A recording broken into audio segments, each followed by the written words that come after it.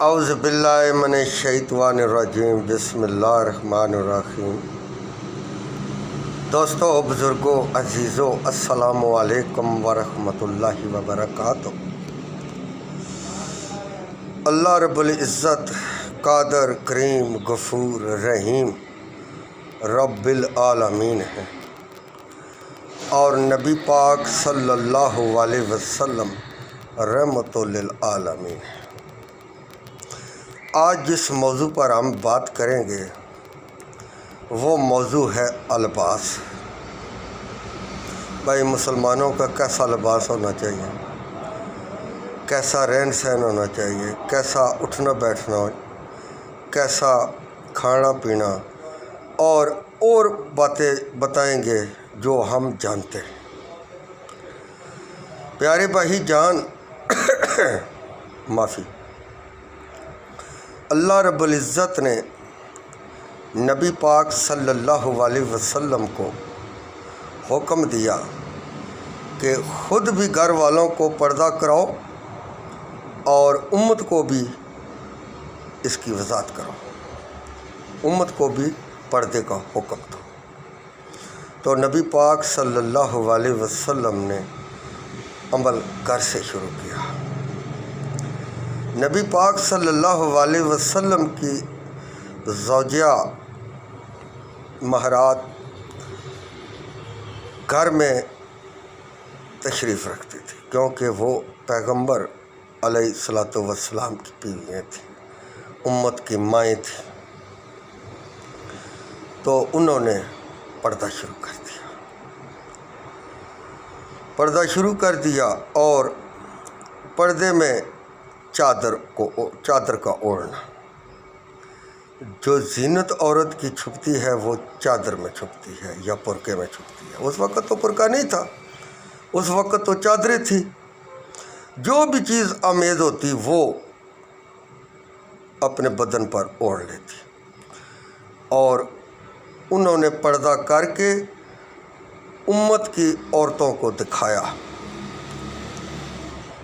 کہ ایسے پردہ کرو، اور اس کی وضاحت نبی پاک صلی اللہ علیہ وسلم نے ہمیں تفصیل سے وضاحت فرمائی اس کی، اور ایسا کرنا ہم پر لازم اور فرض بنتا ہے۔ جو ہمارے پیارے نبی صلی اللہ علیہ وسلم جس چیز کا حکم دے اس کو سر خم تسلیم کرنا یہ امت کا فرض ہے، حق ہے۔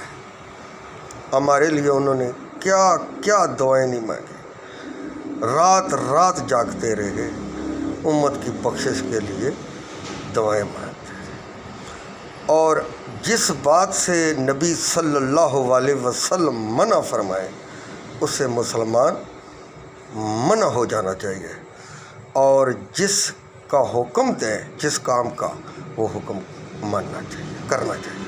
جسے منع کرے اسے منع ہو جائے، جس کا حکم دیں وہ کرے۔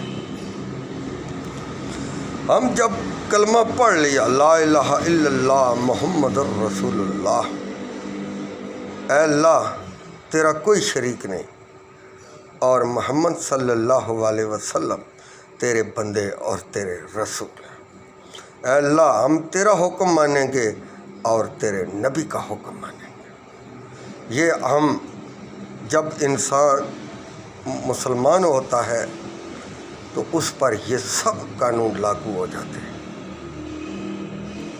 جب انسان اسلام کے ادارے میں داخل ہوتا ہے تو اس پر یہ سارے قانون لاگو ہو جاتے ہیں۔ تو ہماری ماں نے ہمیں بتایا کہ آپ اس طرح پردہ کریں، پردہ کر کے، خود پردہ کر کے اپنی امت کی عورتوں کو بتایا کہ ایسا پردہ کریں۔ نبی پاک صلی اللہ علیہ وسلم کی پیاری بیٹی حضرت فاطمہ رضی اللہ تعالی عنہا جب نبی پاک صلی اللہ علیہ وسلم کی زیارت کے لیے جاتی تو چادر اوڑھ لیتے۔ جب اپنی کسی ضروریات کے لیے حضرت علی شیر خدا رضی اللہ تعالیٰ عنہ سے اجازت طلب کرتی تو جاتی تو چادر اوڑھ لیتے. یہ ہمیں تعلیم دی گئی ہے کہ مسلمان عورتیں جب بھی گھر سے باہر نکلیں اجازت کے بغیر گھر سے باہر نہ نکلیں. اجازت ملے تو جائیں باہر، اگر اجازت نہ ملے تو نہ جائیں. یہ مسلمانوں کو پہلا حکم ہے مسلمان عورت کہ اگر آپ کو اجازت ملے تو گھر سے جائیں، اگر اجازت نہ ملے تو نہ جائیں. آج ہمارے معاشرے میں ہم کسی کی بات نہیں کر رہے، ہم اپنے پاکستان، پیارے پاکستان کی بات کر رہے ہیں. آج دیکھیں کہ جگہ جگہ ظلم، زیادتی، ناانصافی ہو رہی ہے. کیوں ہو رہی ہے؟ اس کی ایک وجہ ہے. اس کی وجہ یہ ہے کہ اس میں اسلامی قانون نافذ نہیں ہے. اس کی یہ بڑی ہماری بدقسمتی ہے. یہ ریاست اسلام کے نام پر بنی تھی مگر اس میں اسلامی قانون نافذ نہ ہو سکا. یہ ظلم زیادتیاں ادھر ہوتی ہیں جہاں انصاف نہیں ہوتا. جہاں انصاف ہوتا ہے وہاں یہ زیادتیاں نہیں ہوتی. اگر ہوں بھی تو سال میں 1 مرتبہ یا سال میں 2 مرتبہ. یہاں تو سال اور 6 مہینے تو درکنار. یہاں تو دن رات میں تقریباً لاکھوں یا ہزاروں یا 100 میں ہوتی ہیں. کیوں؟ کہ یہاں اسلامی قانون نافذ نہیں ہے. ہمارے جتنے جو بڑے بڑے علماء دین ہیں، عالم دین ہیں، مفکر ہیں، سکالر ہیں، انہوں نے اس طرف دھیان نہیں دیا. پہلی تو بات یہ ہے کہ ہم تفرقوں میں بانٹ گئے. ہم تفرقوں میں بانٹ گئے، مسلکوں میں بانٹ گئے. ہمیں جو نبی نے حکم دیا تھا وہ ایک ہی جھنڈے کا حکم دیا تھا. وہ جھنڈا اللہ اور اللہ کے رسول کا تھا کہ اس جھنڈے کے نیچے سب مسلمان، یعنی کہ اللہ کی رسی کو مضبوطی سے تھامے رکھو اور تفرقہ مت ہو. بدقسمتی سے ہم اس کا شکار ہو گئے. بدقسمتی سے ہم اس کا شکار ہو گئے. جو ہمارے بڑے عالم دین تھے وہ اس چیز کا پہلے شکار ہوئے. تو ہم تفرقوں میں بانٹ گئے، مسلکوں میں بانٹ گئے.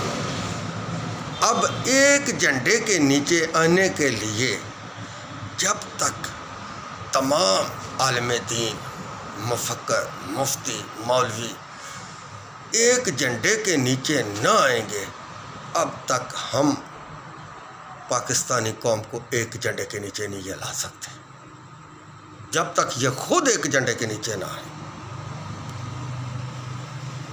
تو بات اصل میں یہ ہے بھائی جان کہ آج تم دیکھو کہ منار پاکستان میں کیا ہوا. چاہے اچھی تھی یا بری تھی یہ الگ بات ہے.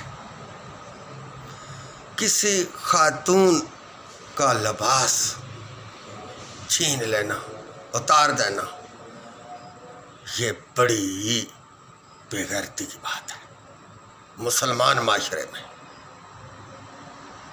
ہمارے جو غیر مذہب لوگ ہیں وہ تو خود ہی اتار دیتے ہیں، لیکن ہماری جو مسلمان عورتیں ہیں ہے تو مسلمان ہے نا، چاہے جو کچھ بھی کرتی ہے، جو کچھ نہیں کرتی تو اس کا بھی قصور نہیں ہے. یہ جب سے پاکستان بنا ہے یہ رواج چل پڑا ہے. جب سے یہ ریاست قائم وجود میں آئی اس دن سے یہ کام شروع ہو گیا. پہلے عیش پرستی کرتے رہے، عیش پرستی سے پہلے پارٹیاں ملک میں بنائی، پارٹیوں کے بعد لوگوں کو تقسیم کیا، تقسیم کرنے کے بعد پھر یہ اپنے مشن میں کامیاب ہو گئے. لوگ آپس میں بانٹ گئے. کوئی کس پارٹی کا ہو گیا، کوئی کس پارٹی کا ہو گیا، کوئی کس پارٹی کا ہو گیا۔ جو ہمارے بڑے مفکر عالم دین مفتی تھے وہ اپنے تفرقوں میں بانٹ گئے، جو عوام تھی وہ پارٹیوں میں بانٹ گئی۔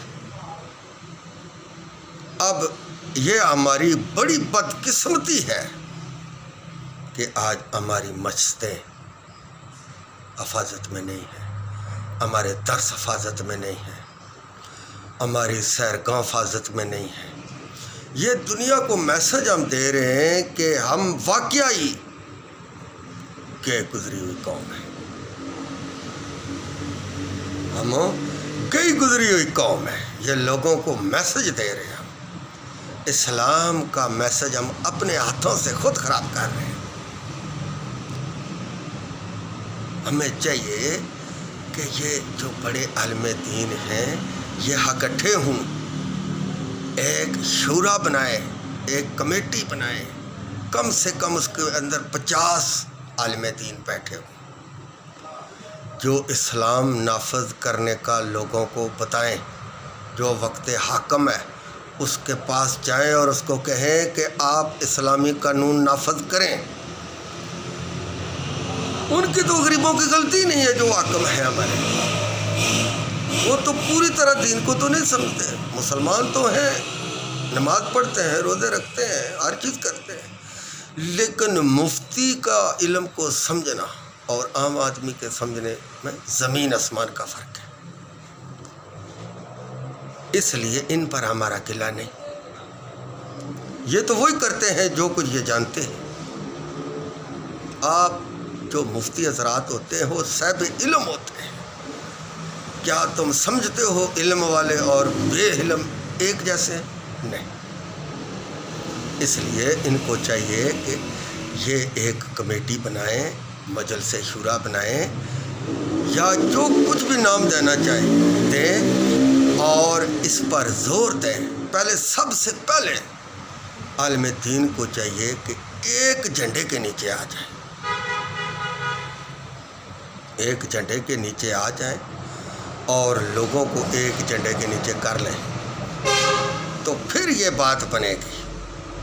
اگر ہم بکھرتے رہے، آپس میں بانٹتے رہے، تو یہ سلسلہ کہاں سے کہاں جائے گا۔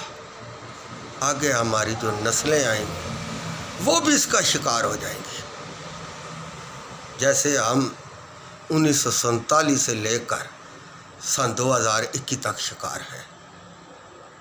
ایسے کام نہیں چلے گا۔ اب عالم دین کو اس پر کام کرنا پڑے گا، لوگوں کو راہ راست لانا پڑے گا، اپنے اختلاف بھلا کر پیار محبت اخلاق سے ایک جھنڈے کے نیچے سب اکٹھے ہو جائیں اور لوگوں کو ایک جھنڈے کے نیچے لانے کی کوشش کریں، تو یہ ہمارا پیارا پاکستان دنیا میں مثال بنے گا کہ ایشیا میں کوئی اسلامی ریاست قائم ہے۔ اب بات ہے لباس کی۔ لباس ہمارے پیارے نبی صلی اللہ علیہ وسلم نے اس پردے کا اہتمام گھر سے کیا، پہلے خود عمل کیا، پھر اس کو امت کو عمل کرنے کی وضاحت فرمائی۔ ہماری جو امائیں تھیں، نبی پاک صلی اللہ علیہ وسلم کی جو بیویاں تھیں، وہ امت کی مائیں ہیں۔ انہوں نے اپنی بیٹیوں کو بتایا کہ ایسے ایسے پردہ کرنا ہے۔ اصل جو مسئلہ ہے وہ مسئلہ یہ بیان نہیں کر رہے۔ کپڑے لمبے پانے یا چھوٹے پانے یا کم پانے یا زیادہ پانے یہ مسئلہ نہیں ہے۔ گھر میں عورت پا سکتی ہے، گھر میں سب اس کے محرم ہوتے ہیں، بیٹے ہوتے ہیں، بیٹیاں ہوتی ہیں، خامد ہوتے ہیں، گھر میں بھی کپڑے پا، لیکن جب عورت باہر نکلے تو اس وقت اس کو چادر اوڑھنی چاہیے۔ یہ مسئلہ ہے سارا لباس کا۔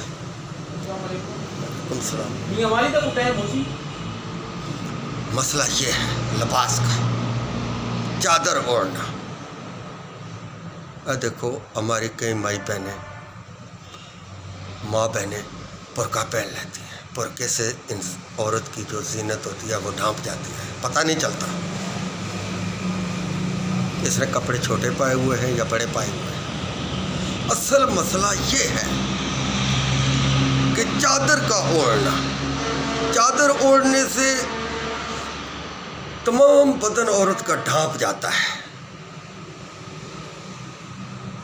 آج تو پتہ نہیں چلتا کہ مرد جا رہا ہے سڑک پر یا عورت جا رہی ہے، عورت جاتی ہو پتہ نہیں چلتا یہ مرد جا رہا ہے یا عورت جا رہی ہے۔ یہ تو ہمارا کلچر ہو گیا۔ اس سے بھائی جان ہمیں نکلنا پڑے گا۔ نکلنا کیسے پڑے گا کہ ہمیں اتفاق پیدا کرنا ہوگا۔ اتفاق سے ہر چیز ہو جاتی ہے، بے اتفاقی سے کوئی چیز نہیں ہوتی۔ اتفاق، جب علماؤں میں یہ اتفاق پیدا ہو جائے گا تو پوری قوم میں اتفاق پیدا ہو جائے گا۔ اگر علماء اسی طرح آپس میں بانٹے رہے، بکھرے رہے، تو قوم بھی بکھری رہے گی، پاکستانی قوم پھر بکھری رہے گی۔ تو اس لیے ان کو چاہیے کہ یہ سب اکٹھے ہو جائیں۔ آج تم دیکھیں کہ ہماری عورتیں جو ہیں، نہ منہ پر کوئی چیز ہوتی ہے نہ کچھ اور ہوتا ہے، تو جاتی ہے۔ مرد بھی اسی طرح جاتے ہیں۔ پردے میں سب سے بڑی جو عزت اور بہتری یہ ہے کہ جب بھی عورت چادر اوڑھ کر نکلے گی یا برقع پہن کر نکلے گی تو اس کی عزت میں اضافہ ہوگا۔ مرد اپنی نگاہیں نیچے رکھے گا تو اس کی عزت میں اضافہ ہوگا۔ لوگ کہیں گے یار یہ تو کسی اچھے خاندان کا آدمی ہے۔ عورت نکلے گی چادر اوڑھ کر تو کہیں گے یہ تو کسی اچھے خاندان کی بیٹی ہے۔ کتنی بڑی عزت ہے، اور آخرت میں اس کا اجر جو ہے وہ اللہ اور اللہ کے رسول ہی بہتر جانتے ہیں کہ اللہ تعالیٰ اس چیز کا کتنا بڑا اجر دے گا۔ یہ تو چند دن کی دنیا ہے، چند دن کی دنیا۔ یہاں تو انسان عیش کے لیے نہیں آیا، یہاں تو انسان آزمائش کے لیے آیا۔ اپنی آزمائش پوری کر کے زندگی تو آخرت کی ہے، نہ ختم ہونے والی۔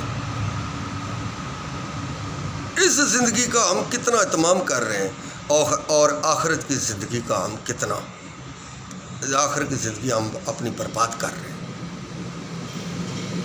ایک بادشاہ تھا، اس نے وزیر کو کہا وزیر میں نے شکار کھیلنا ہے، 1 مہینے کا سامان کا بندوبست کروا، 1 مہینہ ٹائم ہے آپ کے پاس، اور سوئی سلائی تکر جو بھی میں آپ سے چیز مانگوں وہ مجھے حاضر ہونی چاہیے۔ وزیر نے کہا بادشاہ سلامت یہ تو کوئی چیز ہی نہیں ہے۔